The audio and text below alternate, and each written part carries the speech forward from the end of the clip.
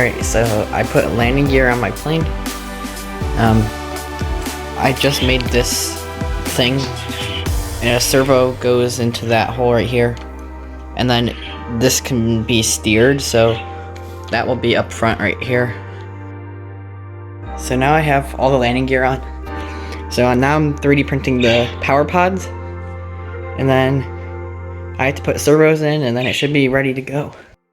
So I designed this little mount underneath that has a servo in it connected to the steerable landing gear.